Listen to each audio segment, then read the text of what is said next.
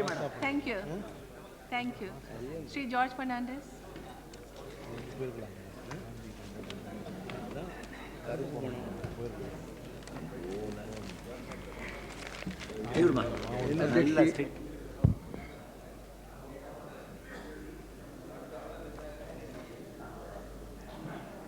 ये 1985 की बात है। तत्कालीन प्रधानमंत्री के कुछ मित्रों से हमारी बात हो रही थी और उनमें से एक ने मुझे कहा कि हम लोग इस निष्कर्ष पर पहुंचे हैं कि हिंदुस्तान में 50% लोगों के लिए कुछ भी नहीं किया जा सकता है, उनके बारे में अभी सोचना छोड़ना चाहिए। और जो बचे 50% हैं, उनमें से अगर 10% लोगों के बाद का हम लोगों ने बहुत अच्छी ढंग से खातिर की तो फिर बाकी जो 40% हैं वहाँ तक पहुँचना आसान होगा। और कुल मिलाकर चुनाव का गणित पर मामला पहुँच गया कि राज्य हमेशा के लिए 10% लोगों का भलाई करके हम लोग चला पाएंगे। कुछ ऐसी बातें हम लोगों में हुई कि हमने अपना गुस्सा प्रदर्शित किया और कभी कभी मन में ये बात हम रखते रहे और लोगों से कहते भी रहे कि इस देश में राज्यकर्ताओं का सोच क्या होता है। लेकिन हमने नहीं सोचा था अध्यक्ष जी कि उस मित्र ने जो बातें 1985 के अक्टूबर नवंबर में हमसे कही थी वो अभी इस 97 के शुरू में ये संयुक्त मोर्चा के सरकार के द्वारा, और अफसोस इस बात का कि वामपंथी सीपीआई, सीपीआईएम और अन्य वामपंथी दलों के सहयोग से ऐसी एक नीति इस बजट के द्वारा देश के सामने आएगी जो देश के केवल 50% नहीं बल्कि लगभग 70-80% लोगों को अपने दायरे से बिल्कुल ही बाहर रखता है।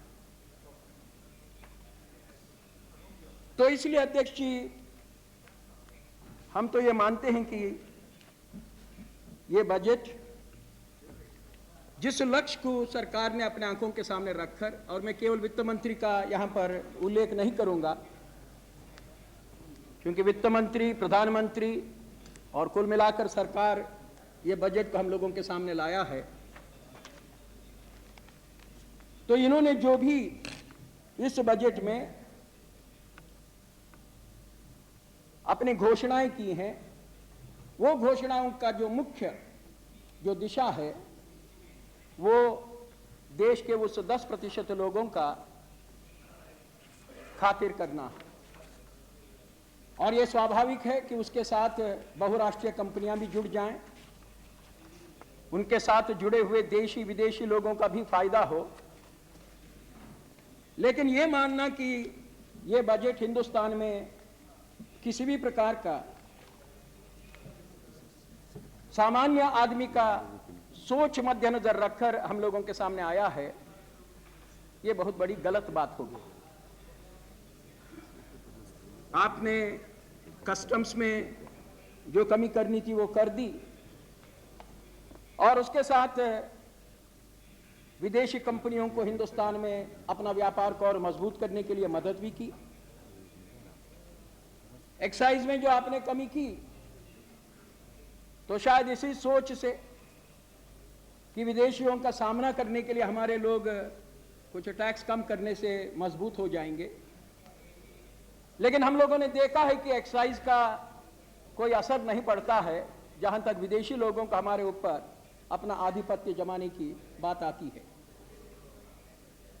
एक बहुत बड़ा शीतल पेय बनाने वाला इस देश में व्यक्ति रहा या उसकी कंपनी रही, 60-65% इस देश का शीतल पेय का उद्योग उसके हाथ में था।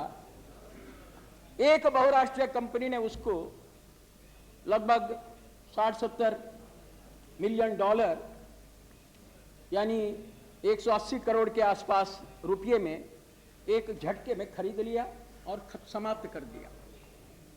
इसलिए इसमें कोई एक्साइज वगैरह से हम लोग विदेशियों के यहाँ लाने वाले चीज़ों से सामना कर पाएंगे, हम तो ये बात को नहीं मानते हैं। लेकिन आपने जो सबसे बड़ा जुल्म किया है वो ये बीमा का जो क्षेत्र है उसको विदेशियों के लिए खोलकर। अब आपने बहुत चालाकी के शब्दों का इस्तेमाल किया है, लेकिन वो चालाकी जहां वो चल सकती है वहां चले, लेकिन हम उसमें नहीं फंसेंगे। और मैं विशेषकर वामपंथी दलों के हमारे साथियों से कहना चाहता हूं, क्योंकि ये लोग भी शुरू में अति उत्साही होकर गरीबों के लिए बहुत अनुकूल ऐसा ये बजट है करके बोले, लेकिन उन्हें मैं आज बहुत स्पष्ट शब्दों में कहना चाहता हूं कि वो जो कहा जाता है ऊंट की कहानी, तो ये ऊंट वाला मामला है। वित्त मंत्री ने यानी सरकार ने हिंदुस्तान का केवल बीमा इलाका ही नहीं अध्यक्ष जी, बल्कि इस देश का समूचा सर्विस सेक्टर को अब विदेशियों के लिए अंदर आने का पहला और मजबूत कदम उठाया है। वे इनकार करें तो भी उनकी बात हम नहीं मानेंगे। उनकी समूची सरकार यहां खड़े होकर भी अगर हाथ जोड़कर कहे कि नहीं ऐसा नहीं होगा, तब भी हम उनकी बातों को नहीं मानेंगे, क्योंकि इस प्रकार के वादे इन लोगों ने दावोस में किए हैं। ये वादे इन लोगों ने जहां जहां जिन जिन विदेशियों से बात करने का इनको मौका मिला है ऐसे जगहों पर किए हैं। तो इसलिए सदन के भीतर या सदन के बाहर सरकार का किसी भी बात को हम इस पर आज मानने के लिए अध्यक्ष जी तैयार नहीं है। अब जो आपने बड़े लोगों के लिए ये राहत देने की बात की, इस बड़े लोगों का और विदेशियों का इस राहत से अंदाज ये लगाया जाता है अध्यक्ष जी कि लगभग 30-32 हजार करोड़ रुपए का घाटा होना है, जो ये टैक्स में इस प्रकार की व्यवस्था अगर सरकार ने नहीं की होती तो सरकार के खजाने में जो रुपये आ जाते। हम मंत्री जी से आज जानना चाहते हैं कि बजट में केवल चालाकी नहीं होनी चाहिए और अपना दिल और अपना दिमाग कैसे ठीक है इतनी बातें नहीं कहनी चाहिए, बल्कि बजट में जब आप कोई भी एक नीति का निर्धारण करके हम लोगों के सामने देश के सामने रखते हैं तो उसके क्या परिणाम हैं वो भी बताना चाहिए। अब आपने जो इनकम टैक्स, एक्साइज और कस्टम्स, ये तीन चीजों में आपने ये जो निर्णय लिए, तो इसके चलते हमारे खजाने को कितना घाटा हो रहा है इस साल, इसका आंकड़ा आपने अपना बजट में नहीं बताया। वो बताना जरूरी है, क्योंकि बहुत पैसे का हिसाब में आपने एक माया जाल लोगों के मन में बिछाने का काम किया है। जैसे आपका ऑयल पूल का मामला है, आप कुछ भी नहीं बोल रहे हैं। हम आपसे नहीं कह रहे हैं कि आप 16,000 करोड़ का और टैक्स लगाना चाहिए था, या ये महीना पूरा होने तक 20,000 करोड़ का आपने टैक्स लगाना चाहिए। हम ये नहीं कह रहे हैं। हम आपसे उलट कहेंगे कि कोई टैक्स लगाने की जरूरत नहीं है। अगर तेल की जो कंपनियां हैं, ये मुंबई और गुजरात, मैं और देश की बात नहीं कह रहा हूं, अगर मुंबई और गुजरात ये केवल दो, महाराष्ट्र और गुजरात, मुंबई और गुजरात नहीं बल्कि महाराष्ट्र और गुजरात, पश्चिम हिंदुस्तान के ये दो प्रदेशों में जो लूट होती है और सरकार के जानकारी में ये लूट है, ये ऐसी लूट होती है जिसमें मंत्रियों को जान से मारने का धमका दिया गया है। गुजरात के एक मंत्री को ऐसे तेल के लुटेरों ने 5 करोड़ रुपया उसके माथे पर दाम बांधकर उसको जान से मरवाने की कोशिश की थी। हमें इसकी जानकारी है और हम इस मामले में स्वयं अध्यक्ष जी, मेरे अपने मजदूरों के साथ जो रिश्ते हैं और जो संगठन है, वो संगठनों की ओर से हम लोगों ने सरकार के सामने पूरी जानकारी रखी है और जानकारी रखे हुए हमारे साथी को वो जानकारी यहां इसी संसद भवन के कमरे में आकर देकर जाने के बाद 6 महीने के लिए पुलिस संरक्षण में रखने जैसी स्थिति निर्माण हो गई। आज अपने साथ एक पिस्तौल रखकर वो सोता है। तो इसलिए पैसे कहां हैं हम जानते हैं, और वो पैसे ऑयल के जहां तक सवाल है, केवल तेल के कंपनियों में होने वाली लूट रोकिए 20,000 करोड़ रुपए कल आपके दरवाजे पर आकर पड़ेंगे, लेकिन वो आप नहीं करेंगे, क्योंकि उसके लिए आपने और एक कार्यक्रम लाया है और वो है धोबी घाट, आप ही का शब्द है, लॉन्ड्रिंग। पैसे का लॉन्ड्रिंग को रोकने के लिए वो कानून लाने वाले हैं करके उन्होंने बजट में कहा है। लेकिन कानून कहां, लॉन्ड्रिंग तो आप शुरू कर ही रहे हैं। 30% दाम है, 1 रुपया साफ कर धुलाई, 1 रुपये की धुलाई होनी है तो 30 पैसे आपको छोड़े और 70 पैसे धोकर साफ करके हम ले जाएं। तो ये तो आपने किया है। तो इसलिए मैं आपको ये नहीं कहने जा रहा कि आप टैक्स को बढ़ाना चाहिए। मैं जानता हूं क्या बढ़ाएंगे, हमें मालूम है, लेकिन शायद आप सभी लोगों के मुंह से यह सुनना चाहते हैं और एक दिन यहां खड़े होकर बड़े चालाकी से कहना चाहते हैं कि सभी अर्थशास्त्रियों ने, सभी विपक्ष के लोगों ने, सभी नेताओं ने बार बार हमसे पूछा कि ये ऑयल पूल का क्या होगा। तो इसलिए सबके बातों को मानकर अब मैं ये पैसा बढ़ाने के लिए यहां पर आया हूं। ये आप कहने वाले हैं, ये तो दुनिया जानती है, इसलिए हम नहीं कहेंगे। हम उस समय भी कहेंगे पश्चिम हिंदुस्तान का वो लूट को बंद करिए, एक पाई आपको किसी से भी लेने की जरूरत नहीं है। लेकिन अध्यक्ष जी, हम ये जो इन्होंने लोगों को अभी इनकम टैक्स के मामले में विशेषकर मध्यम वर्ग के लोगों को जो गुमराह किया है कि आप लोगों के लिए सब कुछ अभी हम ठीक करने जा रहे हैं, 10% पर लाए हैं, तो मैं इनसे एक बात इस सदन के सामने में रखना चाहता हूं। अध्यक्ष जी, ये इनका फाइनेंस बिल है जिस पर अलग बहस होनी है, लेकिन उस पर जब बहस होगी तब बहस होगी।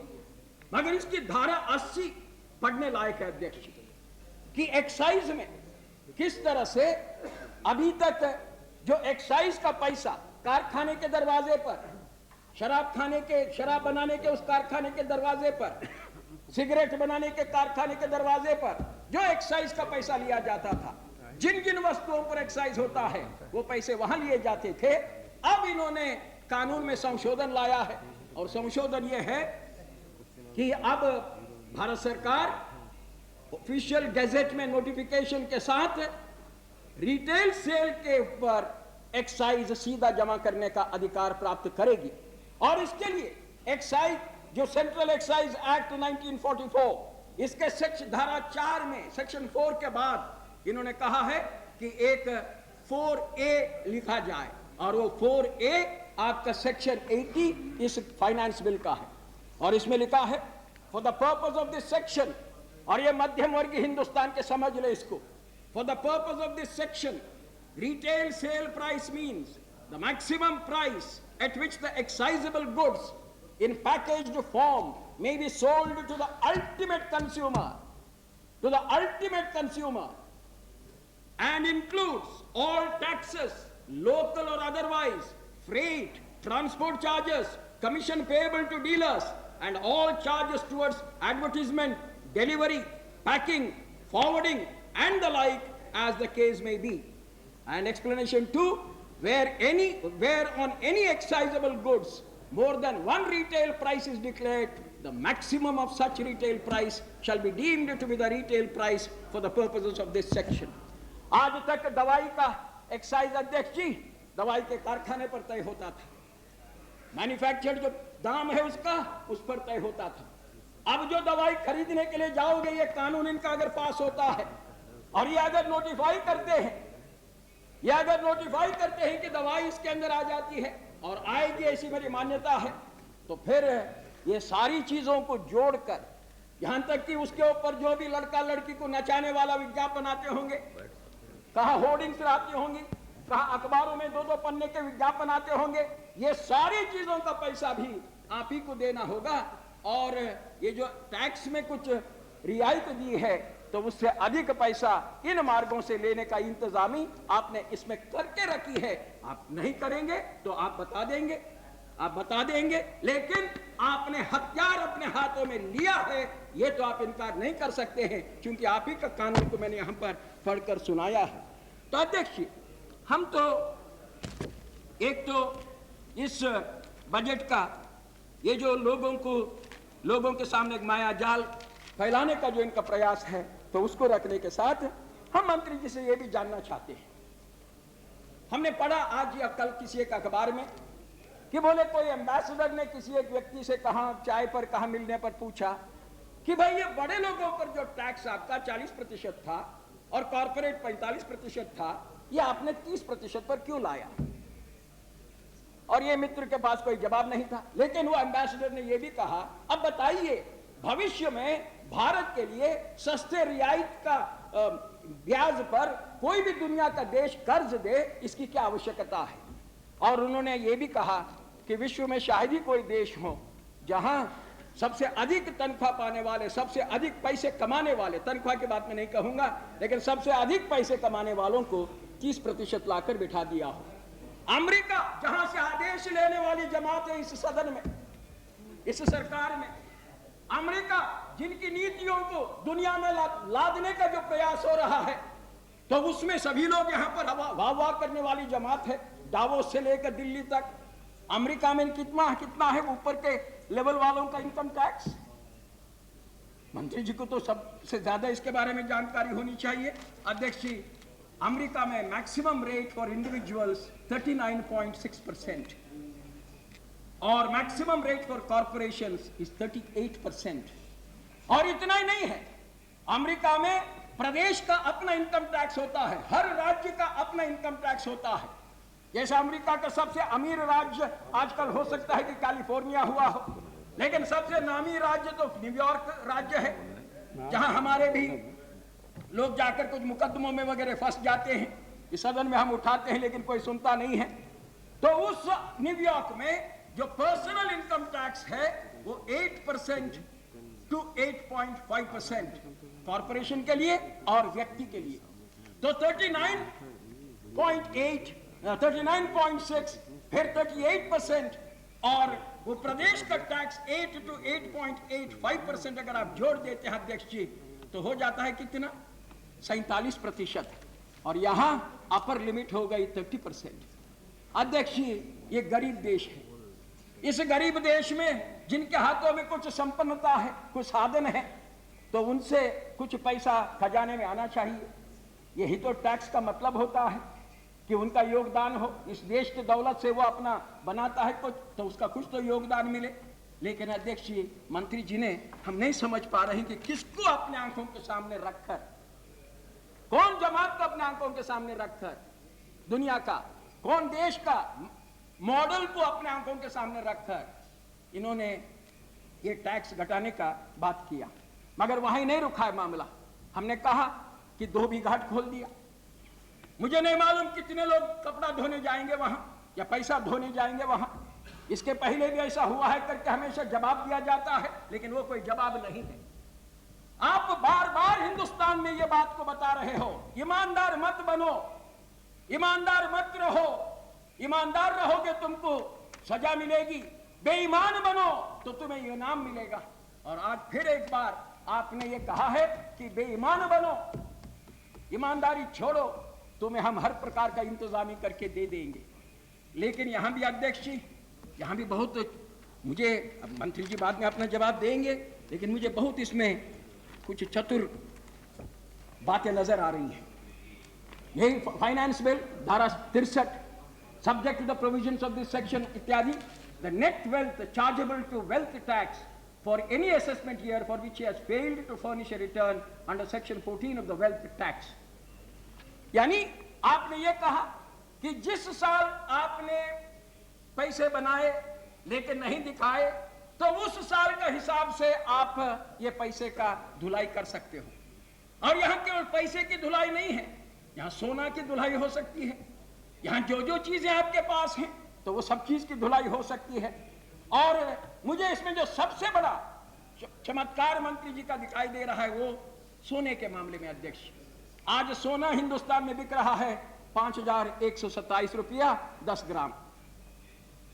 1979 में सोना का दाम था 1,220 रुपया। आज कोई भी व्यक्ति जिसके पास छिपा हुआ सोना है, पिछले साल लाया हो, बरसों के पहले लाया हो, तब भी लाया हो, इतना ही कहना है, क्योंकि पूछा नहीं जाएगा। आप ये कह सकते हो मैंने कोई अकाउंट बुक नहीं रखा है, कहां से आया सोना, हम लाए थे, किसने दिया था, कुछ नहीं कहने की जरूरत है। और इतना ही कहना है कि ये सोना हमने अमुक साल लिया था। और अमुक साल अगर 1979 होता हो तो अध्यक्ष जी आपको कितना इस पर धुलाई देना पड़ेगा जानते हैं? आज जिस सोने का दाम 5,127 रुपया 10 ग्राम का है, वहां धुलाई होगी 366 रुपया। तो 366 रुपया देकर आप 5,000 रुपये को धोकर अपने पास रख सकते हैं, अगले दिन उसको नगद कर सकते हैं, उसके अगले दिन किसी को भी खरीदना हो तो खरीद भी सकते हैं।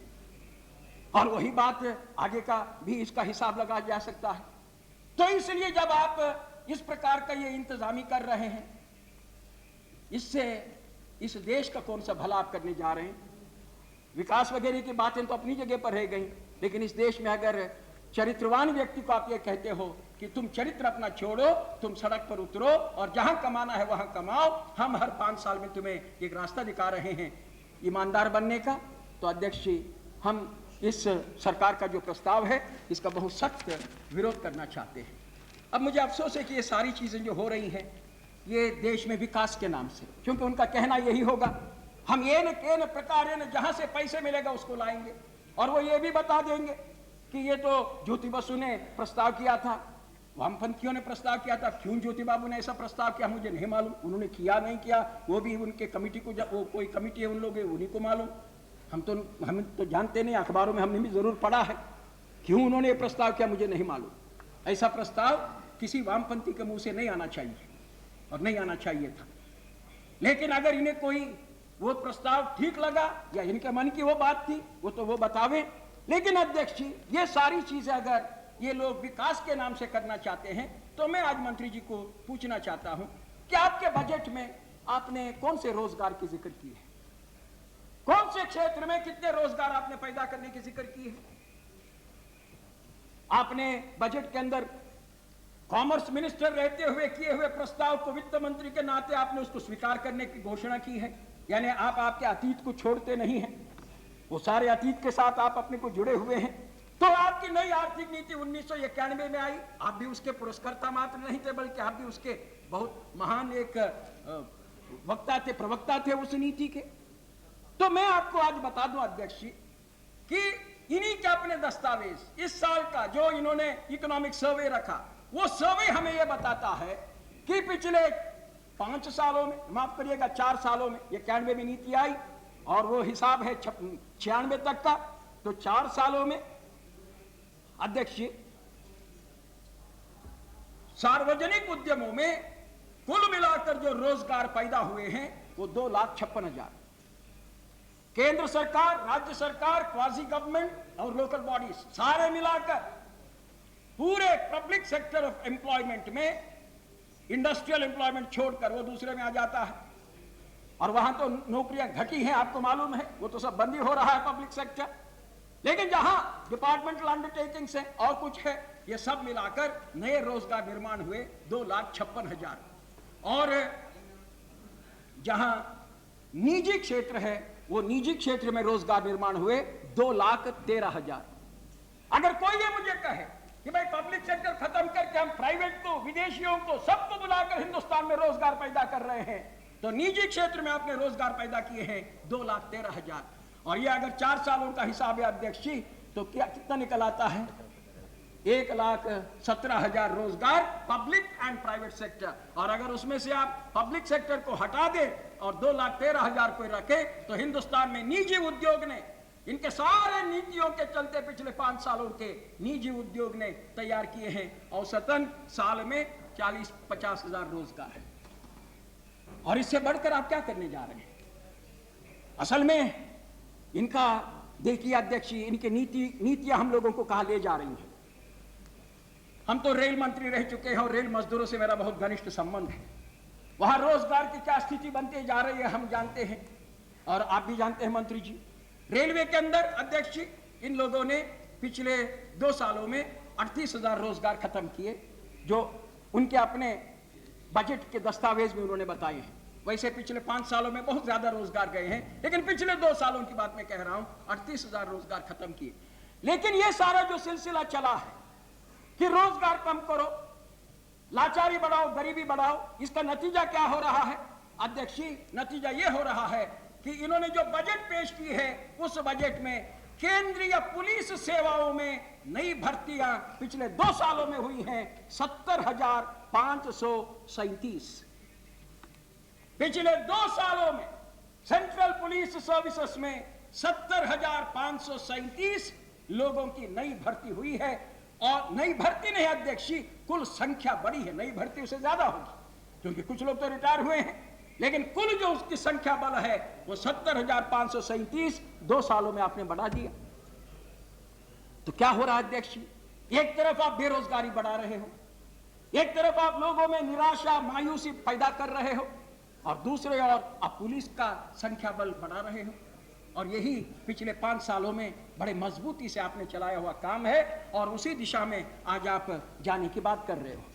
लेकिन इसमें हम जब ये आंकड़े में आपके सामने रख रहा हूं, और यहां मैं मंत्री जी से एक सवाल पूछना चाहूंगा फिर कि इन्होंने जो बजट के बारे में हमने कहा था, जब इनकी बजट आई उसी दिन मेरी टिप्पणी थी कि इसमें गफला बहुत है, इसमें जितना कहा जा रहा है उससे ज्यादा छिपाया जा रहा है। और अध्यक्ष जी, ये पुलिस बजट के मामले में मैं आपको बता दूं कि यहां 70,000 पुलिस बढ़ रही है, लेकिन पिछले साल इनका बजट था 4,511 करोड़ रुपया। ये इनका रिवाइज्ड एस्टिमेट था पुलिस बजट का। 4,368 था बजट एस्टिमेट और 4,511 करोड़ रुपया था रिवाइज्ड एस्टिमेट। और इस साल पुलिस की संख्या बढ़ गई 70,000, लेकिन बजट हो गई 4,486 करोड़। यानी क्या तनख्वाह घटाने का कोई इरादा है या छिपाया है? कौन पढ़ता है बारीकी में, कौन जाएगा बारीकी में हर चीज का खोज करने? बोलते जाओ, कुछ आंकड़ा लिखाओ और उसके बाद चाहे जो करो, जैसे हो चुका है पिछले साल का बजट में। प्लान इन्वेस्टमेंट का इन्होंने जो आंकड़ा दिया था 10,000 करोड़ तो कम हो गया, हर क्षेत्र में कम किया, लेकिन तब किसी ने पूछा नहीं। और आज पूछने का जब वक्त आता है तो आप पूछकर करेंगे भी क्या? तो इसलिए हम मंत्री जी से जानना चाहेंगे कि ये जो आपने इस पुलिस के मामले में जो हमने पकड़ा है, तो ये और कितने विभाग में इस प्रकार का जितना पैसा हिसाब में आना चाहिए इतना आपने नहीं दिया है। अब अध्यक्ष जी, ये नीतियां, इनकी आर्थिक नीतियां एक और दिशा में हम लोगों को ले जा रही हैं। इस सरकार के सामने प्रधानमंत्री के हाथों में एक दस्तावेज है जिसको पिछले 2-3 दिनों में यहां कई लोगों ने लाकर दिया है। ये जो समुद्र किनारे पर किसानों की जमीनों को हाथ में लेकर, खरीद कर या कब्जा लेकर या चाहे जो करा के जो प्रॉन कल्टीवेशन का एक सिलसिला चला, उस पर सुप्रीम कोर्ट ने एक फैसला दिया और अभी हमें पता चला है कि सरकार वो फैसले को कैसे तोड़ा जाए, कैसे उसको न किया जाए, इसके बारे में काफी कुछ सोच रही है। लेकिन नतीजा ये होना है अध्यक्ष इनके समूचे नीतियों का, इनके समूचे सोच का, कि वो जो दस्तकार है, वो जो छोटा मछुआरा है, वो जो बुनकर है, वो जो साधारण अपना हाथ से अपना किसी न किसी रूप में अपना काम करके अपना पेट भरने वाला जो व्यक्ति है, उसका नाम निशान आपके इस बजट में नहीं है, उसके लिए किसी भी प्रकार का प्रावधान आपके बजट में नहीं है। हमको यह मत बताइए कि हमने इतना करोड़ रुपया अमुक चीज के लिए आवंटित किया है, लेकिन व्यवहार में ये सारे उद्योग को आज खत्म करने का आपने एक सिलसिला यहाँ पर शुरू किया है। और हम अध्यक्ष जी चाहते हैं कि इन समूचे क्षेत्रों में जहां पूंजी जानी चाहिए थी और जो पूंजी आपने चाहे जिस कारण से आज नहीं देने का इंतजामी की, तो इसके बारे में कुछ सफाई इस सदन में आ जाए। अध्यक्ष जी, एक और बात है जिस पर हम मंत्री जी से आज कुछ जवाब जरूर चाहेंगे। हम लोगों को 1991 से एक बात बताई गई कि ये सारा जो नीति है ये इसलिए कि हमको निर्यात बढ़ानी है, एक्सपोर्ट और पेरिश, ये नारा भी चला हिंदुस्तान में, खूब निर्यात बढ़ानी है। अब मुझे बताइए कि कौन क्षेत्रों में आपने निर्यात बढ़ाई है? आपका बजट के भाषण में आपने कहा कि भारत एक सुपर पावर हो सकता है। किस क्षेत्र में? किस क्षेत्र में? कंप्यूटर, सॉफ्टवेयर, हार्डवेयर, इस क्षेत्र में हम सुपर पावर हो सकते हैं या मेजर पावर हो सकते हैं, जो भी शायद सुपर पावर आपने लिखा है। अध्यक्ष जी, हमने देखा कि इनका सरकारी दस्तावेज से कि इलेक्ट्रॉनिक गुड्स हिंदुस्तान से इस साल के जनवरी महीने तक या पिछले साल के दिसंबर महीने तक जो निर्यात हो गया, अप्रैल से लेकर दिसंबर तक जो निर्यात हुआ वो है 2,137 करोड़ मात्र, यानी डॉलर में 481 मिलियन डॉलर। और कंप्यूटर सॉफ्टवेयर का जहां तक सवाल है वो 167 करोड़ का मात्र, यानी 47 मिलियन डॉलर। लेकिन रुबाब से कहा जा रहा है, वो एक माइकल गेट्स यहां पर आया, उसका ऐसा स्वागत किया इन लोगों ने, ऐसे नाचे उसके पीछे कि हमको शर्म से सर झुकाना पड़ा। कुछ एक आदमी ने कुछ पैसे बना दिए। दुनिया में अनेक तरह से लोग पैसे बनाते हैं, तो पैसे एक ही चीज है कि जिसको लेकर आप लोगों का पीछे दौड़ोगे। मेरे ख्याल से प्रधानमंत्री उनका पीछा करके मुंबई तक चले गए, यहां उसका स्वागत हो गया। और एक महान, जैसे कि कोई विश्व का किसी और विश्व से कोई एक व्यक्ति यहां पर आया है और उसको देखे बगैर और उससे उसके हाथों सामने हाथ एक जोड़े बगैर और उसको ये कहे बगैर कि हमारे देश में आकर कुछ करो, कई दिन तक लोग हाथ नहीं धोए। और अध्यक्ष जी, 47 मिलियन डॉलर हमारा निर्यात है, 47 मिलियन। और इतना सब आप जो हल्ला करते हो निर्यात का, हमारा निर्यात अध्यक्ष जी, प्राइमरी प्रोडक्ट्स,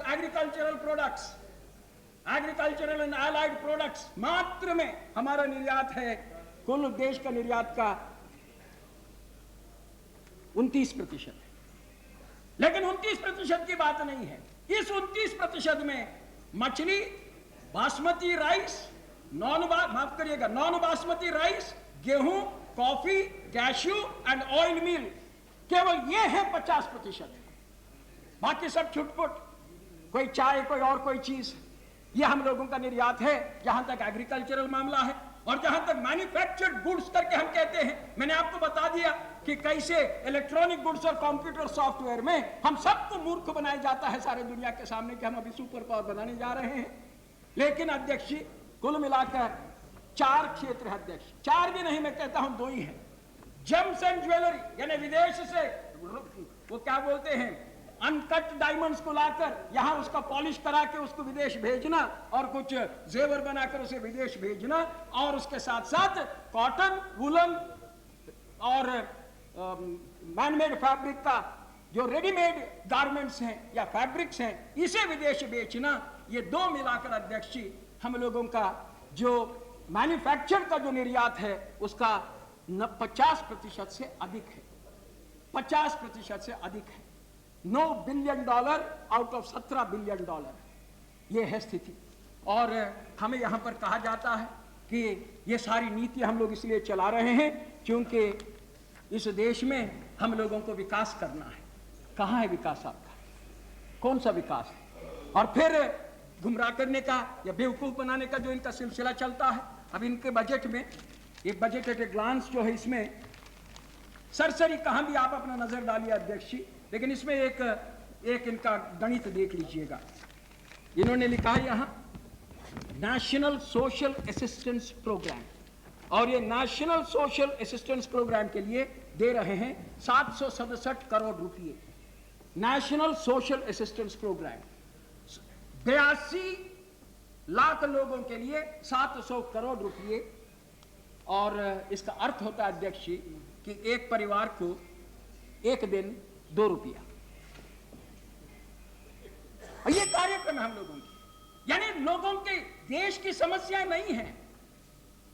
लोगों को बनाओ बेवकूफ, बोलो कि देखो इतना कार्यक्रम, लेकिन मेरे क्षेत्र में नहीं पहुंचा, हाँ तुम्हारे में अगले बार पहुंच जाएगा, अभी इनके यहां गया है 2 रुपया प्रतिदिन। और मैं एक उदाहरण के तौर पर यह रख रहा हूं। बहुत रुबाब से इन्होंने कहा कि हम स्कॉलरशिप देने जा रहे हैं, और स्कॉलरशिप दे रहे हैं 65 करोड़ रुपया पोस्ट मैट्रिक के 22,45,000 विद्यार्थियों को, यानी कितना होता है महीने का 23 रुपया। 23 रुपये में एक प्याली चाय नहीं मिल रही है, किसी बाहर दुकान में जाओगे, एक बार का भोजन होने की बातें नहीं है 23 रुपये में। और 1 महीने का इतना हम उनको क्या बोलते हैं, ये स्कॉलरशिप दे रहे हैं। और ये उदाहरण के तौर पर मैं रख रहा हूं, क्योंकि अगर ये सब चीजें यहां पर बोलने के लिए जाएं तो परसों सुबह तक हमको बोलना पड़ेगा, और वो संभव नहीं है। अध्यक्ष, मैं 2 बातें कहकर और 2 मुद्दे आपके सामने, सदन के सामने रखकर मैं अपनी बातों को समाप्त करना चाहूंगा। पहली बात है कि ये लोग जो हम लोगों को बेवकूफ बनाते हैं, ये इन्फ्लेशन के मामले को लेकर। अध्यक्ष, पिछले 2 सालों में जो दाम इन लोगों ने बढ़ा दिए हैं, और कहा जाए तो 5 सालों में जो दाम बढ़ा दिए हैं, तो उसके बारे में कुछ कहने लायक अभी बचा नहीं। लेकिन मुझे सबसे बड़ी परेशानी वहां हो गई जब हम देखें कि नमक का जो दाम है वो उन्होंने पिछले 2 सालों में 120% बढ़ाया है। नमक, उस नमक को लेकर इस देश का आजादी का लड़ाई ने एक अलग दिशा पकड़ी थी। और आज 120% उस पर, और कोई चीज नहीं मिली, और कोई चीज नहीं मिली। गेहूं और चावल, सब्जी और फल, बाकी और दालें, बाकी सब चीजें छोड़ दीजिए, केवल इतना हम लोग पकड़ लें। कहां है? कौन गरीब जी सकता है, जरा बता दीजिए। और इसके बारे में आपने अपने बजट में कुछ भी नहीं कहा। आप कहेंगे कैसे? आप कहेंगे क्या? अध्यक्ष, मेरे पास यहाँ इसी सदन में पूछा एक प्रश्न का उत्तर है।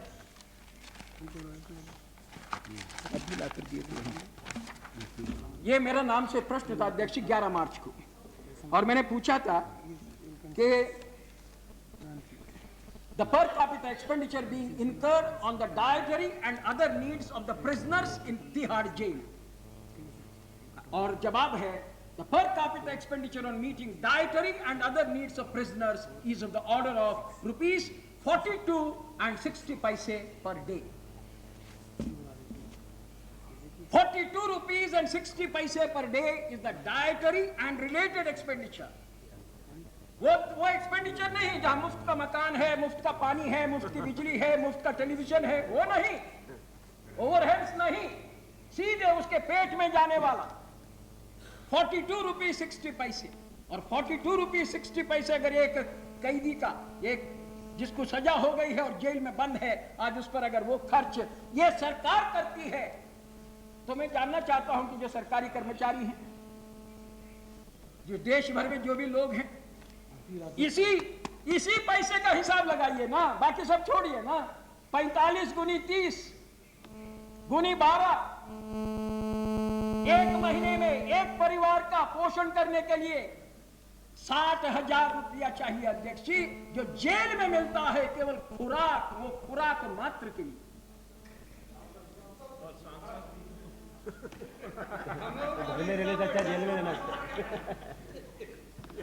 तो अध्यक्ष जी, हम जानना चाहते हैं कि मंत्री इन चीजों के बारे में कभी सोचते हैं? यह सोच कभी जाता है या दावों से ही नजर में? वही लोग नजर में हैं कि जो बहुराष्ट्रीय कंपनियां लेकर आते हैं, जिनके जरिए आप ये देश को बनाना चाहते हैं, यानी 2.5% से लेकर 10% तक पूरा आप लोगों का जो ये खेमा बना है, तो वहीं तक अपना सब सोच है। या कभी तो ये सब चीजों के बारे में आप सोचेंगे? सदन में हम हर दिन धांधली होती है कि बिहार में गाड़ी लूटी गई, उत्तर प्रदेश में गाड़ी लूटी गई। क्यों नहीं लूटेंगे लोग, और क्या करें लोग? हमें कोई बतावे, और क्या करें लोग? आप रोजगार नहीं पैदा कर रहे हो, जो रोजगार है उन्हें खत्म कर रहे हो। आप दाम नहीं घटा रहे हो, दाम तो प्रतिदिन बढ़ा रहे हो। आप गरीब के बारे में सोचने तैयार नहीं हो। गरीब के बारे में कोई कहा जाए कुछ भी, तो हमें कहा जाता है कि इनका पेशा है गरीब के बारे में बोलना, इनका पेट भरता है गरीब के बारे में बोलने से। अपमानित करते हो। और आप किसके बारे में सोच रहे हो? ये सारा काम किसके लिए आप लोग कर रहे हो?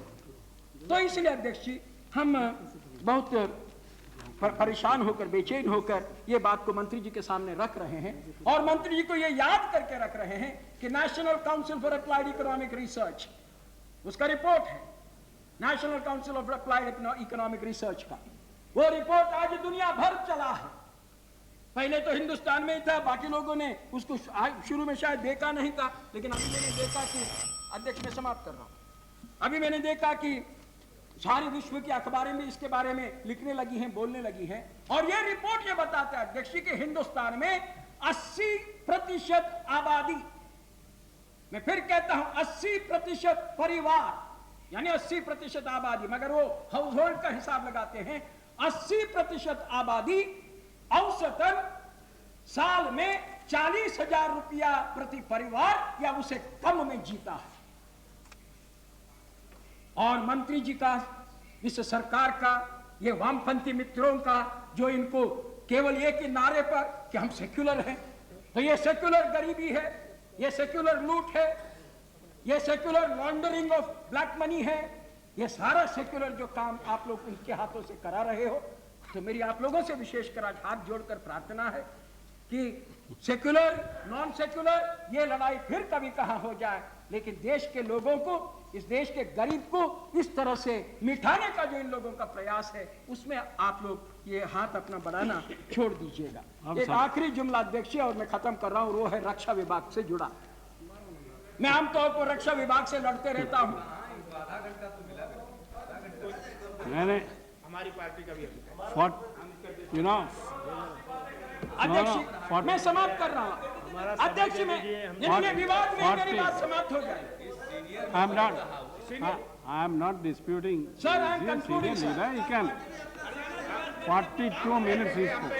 Sir, I am concluding, sir. I am concluding. I am on my last point, sir. Don't disturb now. Let अध्यक्ष him, मैं let him आमतौर conclude. पर Don't disturb. आमतौर पर मैं रक्षा नहीं विभाग आप के डिस्टर्ब बारे क्यों में करते हैं भाई? बोल अभी रही तो हूं। समाप्त करने वाले हैं। और पिछले साल हमने रक्षा विभाग पर यहाँ पर उसके ग्रांट्स के ऊपर भाषण किया था, लेकिन ग्रांट्स पर नहीं किया था, बल्कि मिलिट्री में जो भ्रष्टाचार है, मिलिट्री में जो जुल्म है, उस जुल्म का पर्दाफाश हमने सदन में किया था। उससे हुआ कुछ नहीं, वहां कोई सुधार नहीं हुआ। लेकिन वो बात अपनी जगह पर अलग है, मैं उसको अब यहाँ पर नहीं बोल रहा हूं। आज मैं इस बात को छेड़ रहा हूं कि इस बजट में मिलिट्री के साथ हमारे समूचे, केवल मिलिट्री नहीं, हमारे रक्षा विभाग का सभी जो भी लोग हैं, उनके साथ जो अन्याय हुआ है, उनके साथ दो प्रकार का अन्याय हुआ है। एक अन्याय उस पे कमीशन ने किया। अब पे कमीशन ने, मुझे नहीं मालूम था कि इन लोगों ने IAS का अधिकारी को पहले ही वहां पर बिठा दिया था। ऐसा नहीं होना चाहिए था। इस देश में अब लोग केवल अपना अपना खेमा छोड़कर देश के बारे में सोचना या समाज के बारे में सोचना, यह लगभग तो समाप्त है। जब बजट बनती है 2.5% के लिए, हर आदमी अपना ही वर्ग का जब सोचने लग जाता है, और यहां पर उस पे कमीशन को पहले रिपोर्ट बनाते हुए, उसके बाद उसको प्रोसेस करते हुए, सुना है कि 5-6 सेक्रेटरीज कमेटी बन गई है, और बस 8 तो अपना ही बारे में सोचने लगे हैं। आप इस देश के सुरक्षा विभाग के बारे में नहीं सोचेंगे, इसलिए कि वो वर्दी में है और आप उनको कुछ भी कह सकते हो, आप उनको बोलने से रोक सकते हो, लेकिन ज्यादा दिन नहीं रोक पाओगे। आज बोलने लगे हैं, और समय रहते हुए अध्यक्ष जी ये स्थिति को दुरुस्त करना चाहिए। एक तो उनका पे कमीशन का मामला दुरुस्त होना चाहिए। जब आएगी वो बात तब अलग से कही जाएगी, लेकिन आज मैं बहुत आग्रह से कहना चाहता हूं कि कोई भी आपका रिपोर्ट आने के पहले रक्षा विभाग के बारे में उचित उनको इंसाफ देने का, और केवल पुलिस मिलिट्री के लिए नहीं बल्कि पुलिस विभाग के लिए भी और अन्य लोगों के लिए भी इंसाफ देने का काम होना चाहिए। और दूसरा अध्यक्ष, जो डिफेंस के लिए आपने पैसे दिए, इस मामले में कहा गया, मंत्री जी ने तो उनके बारे में विशेष बड़े स्टाइल से यहां पर कहा। वो पहले अपनी बात को बोले और उसके बाद आगे जाकर बोले, मैं वचन देता हूं, अलग से एक वचन, यानी बजट के बाहर जाकर वचन भी दे दिए, जब पैसे की जरूरत पड़ेगी तब पैसे मिलेंगे। और ऐसा दिखाया गया कि खूब पैसे मिले हैं। क्या मिले हैं? कुल बजट में दिए हैं 35,620 करोड़। पिछले साल का रिवाइज्ड एस्टिमेट है 29,498 करोड़, यानी बढ़ोतरी कितनी हो गई? 6,122 करोड़, यानी कितना? 20%। अब इस 6,122 करोड़ रुपए में फिफ्थ पे कमीशन का 3,620 करोड़, मिलिट्री के और अन्य सेवाओं के लोगों का महंगाई भत्ता और एनुअल इंक्रीमेंट जो है वो मिलाकर 837 करोड़, और पेंशन में जो अधिक पैसा जाने वाला है वो मिलाकर 32 करोड़, यानी कुल 4,489 करोड़ रुपए ये 6,122 रुपए में से इसी में चले गए। तो मिलिट्री के लिए बचा क्या? 1,633 करोड़। पिछले साल का बजट के मुकाबले 1,633 करोड़ रुपया मात्र बढ़ोतरी है, और वो भी किस चीज की बढ़ोतरी?